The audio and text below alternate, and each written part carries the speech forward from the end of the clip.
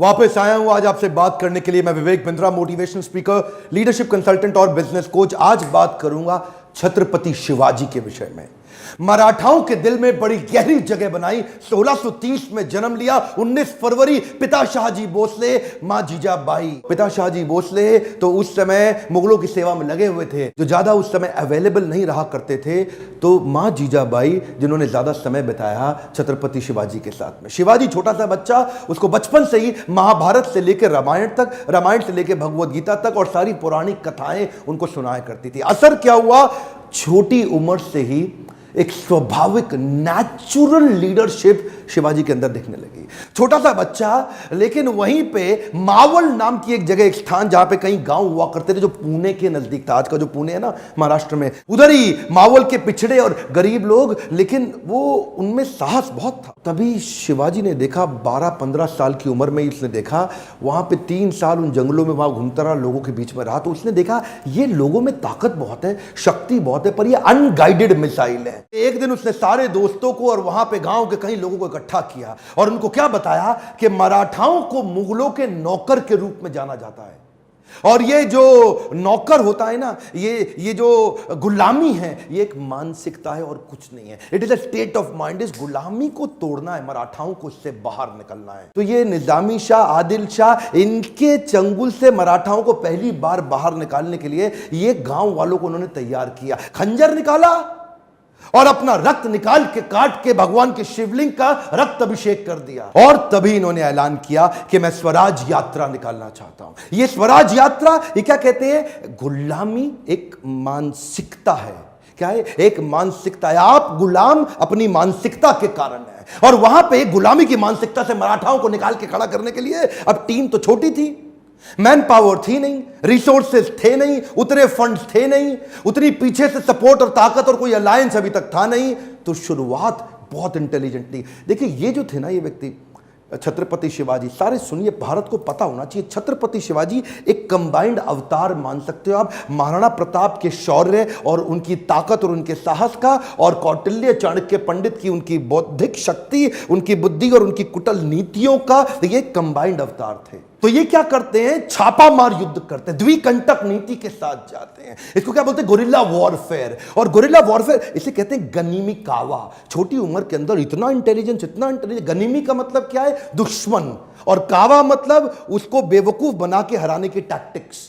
ये ऐसे टैक्टिक्स से लड़ते थे, इनको पहाड़ी चूहा बोलते थे, कि पहाड़ों के अंदर से कहां से निकल के किधर से निकल के आके दुश्मन पे अटैक करेंगे। छोटी सी सेना इन्होंने शुरू करी थी और अपना साम्राज्य दक्षिण से लेकर के ऊपर तक, गुजरात तक, इधर बहुत जगह फैलाया। एक बार उधर ही के मुगल राजा आदिल शाह ने मराठाओं के बीच में से इनके पिता को उठा करके जेल में डाल दिया, कारावास दे दिया। और ये बहुत दिन तक सोचने लगे कि क्या करें। और तभी देखिए, उसी समय में शाहजहां भी था दिल्ली के अंदर, और शाहजहां भी हालांकि है वो भी मुसलमान और आदिल शाह भी मुसलमान, लेकिन पॉलिटिक्स तो पॉलिटिक्स है ना।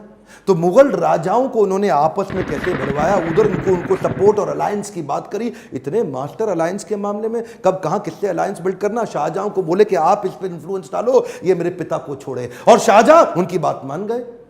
शाहजहां को उन्होंने बोला कि तुम्हारे कई युद्ध होने वाले हैं नॉर्थ में, और उस समय पीछे से अगर तुम्हें यहां से मदद की जरूरत पड़े तो मैं छत्रपति शिवाजी तुम्हारी मदद करूंगा।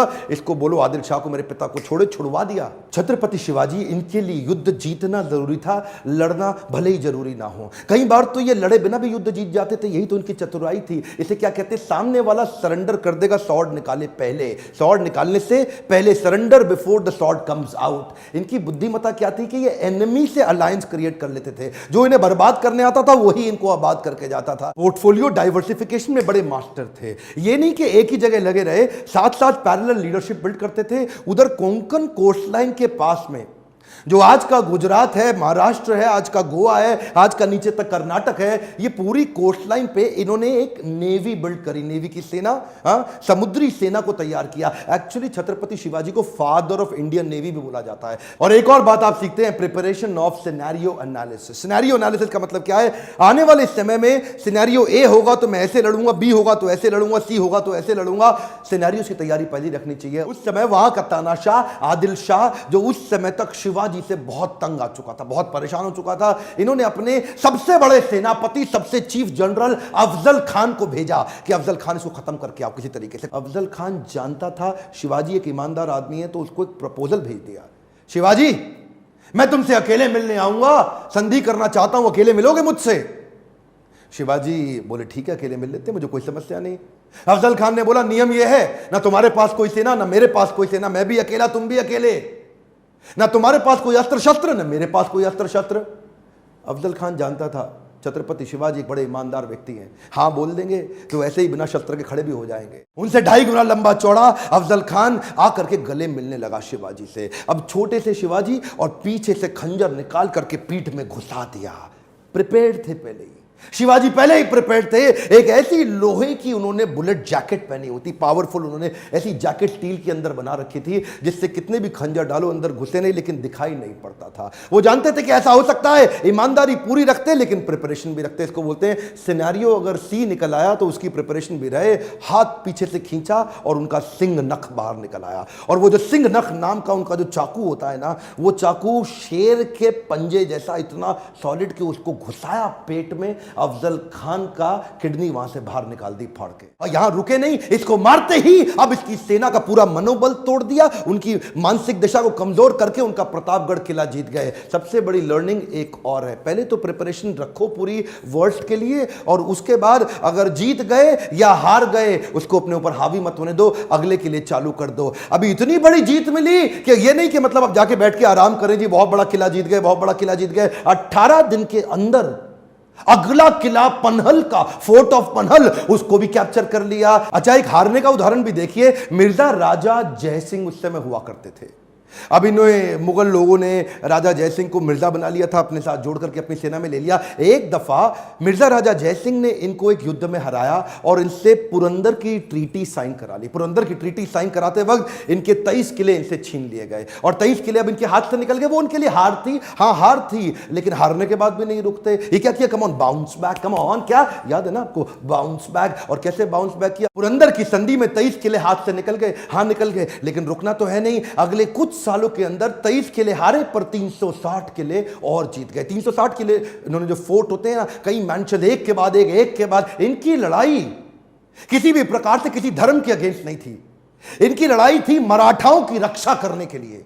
ये मराठाओं के लिए खड़े, ये मुसलमानों के अगेंस्ट नहीं, मुगलों के अगेंस्ट थे। वो मुगल जो विदेश से आए उनके अगेंस्ट थे, क्योंकि मुसलमान तो उनकी टीम में बहुत सारे थे। इनके कई सारे बड़े बड़े आर्मी के जनरल ही मुसलमान हुआ करते थे, इनके कई दोस्त भी मुसलमान थे, इनके जो एक अपनी टीम के वजीर आजम वो भी मुसलमान थे, इनके कई गुरु भी मुसलमान थे। लेकिन ये मुगलों के खिलाफ थे जो आके मराठाओं को तंग करके उनको नौकर बनाया था। बाहर से आके मुगलों ने मराठाओं को जो तंग किया, उनकी पीड़ा को वहीं से इन्होंने टीम को नीचे नीचे से इकट्ठा करके छापा मार युद्ध से आज इतनी बड़ी सेना खड़ा कर ली। अच्छा, एक बात और जो इस वीर मराठा को मुगलों से अलग करती थी, वो खास बात थी इनका स्त्रियों के प्रति विशेष सम्मान। क्या बोलते थे, मां, औरतें और बच्चे, इनको कोई तंग नहीं करेगा चाहे कुछ भी हो जाए। और ये जो इनकी लीडरशिप विजडम थी ना, ये बचपन में महाभारत, भगवत गीता, रामायण पढ़ने से जो उनके अंदर आई, ये इन्होंने अपने सैनिकों में भी कूट कूट के डाल दी थी कि अगर किसी, देखिए जहां उसी समय मुगल लोग औरतों को उठा लिया करते थे, उनका अपहरण करते थे, उनका रेप कर लेते थे, उनको उनके मंदिर तोड़ना, उनको मारना पीटना, वहीं ये क्या बोले, किसी दूसरे धर्म का अपमान नहीं करेंगे, किसी दूसरे की स्त्री को गलत नजर से कभी देखेंगे नहीं, और अगर मेरा कोई सैनिक देखते हुए मिल गया तो उसको खत्म कर दूंगा। इन्होंने वो वैल्यूज अपनी टीम के अंदर डाल दी। इनकी ये क्वालिटी ने इनको इतनी रिस्पेक्ट अर्न करी, इतनी रिस्पेक्ट अर्न करी कि लोग अपनी जान देने लग गए। इस वीर मराठा की कथा मैं चाहता हूं पूरे देश तक पहुंचे। आज अगर आप में थोड़ा सा भी आप में इच्छा है कि हमारे देश के इस इतिहास को कोई भूल ना जाए, इसको व्हाट्सएप पे फैला दीजिए। हर मराठा की जिम्मेदारी है कि इसको देश तक पहुंचाएं और लोगों को पता चले वीर छत्रपति शिवाजी के विषय में। कई बार मैं मुंबई आता हूं, पुणे आता हूं, औरंगाबाद, नागपुर आके अपने मोटिवेशनल सेमिनार या लीडरशिप फनल के प्रोग्राम्स करता हूं, देखता हूं कि मराठा लोग इतने ईमानदार कैसे हैं। छत्रपति शिवाजी के विषय में जान करके और सम्मान बढ़ गया मेरी नजरों में मराठाओं का। अगर अच्छा लगा आपको ये वीडियो तो जरूर लाइक करिए उत्साह बढ़ाने के लिए। और छत्रपति शिवाजी से आपने क्या सीखा, नीचे कमेंट बॉक्स को भर दीजिए, बताइए नीचे आपने क्या सीखा, आपका क्या विचार है, आपको वीडियो कैसा लगा, और क्या आप किसी और के विषय में, इतिहास में किसी बड़े लीडर के विषय में जानना चाहते हैं, सीखना चाहते हैं। सब्सक्राइब कराइए, अपने आसपास कम से कम दो चार 10-20 लोगों से, ताकि उनको ऐसे पावरफुल वीडियो मिल सके, सक्सेस उनकी डिले ना हो जाए। बेल आइकॉन को हिट करेंगे तभी वीडियो मिलेगा। मेरे साथ जुड़े रहने के लिए, हर बार यूट्यूब पे फ्री लर्निंग यूनिवर्सिटी को देखने के लिए प्रेम पूर्वक आप सबका बहुत बहुत धन्यवाद।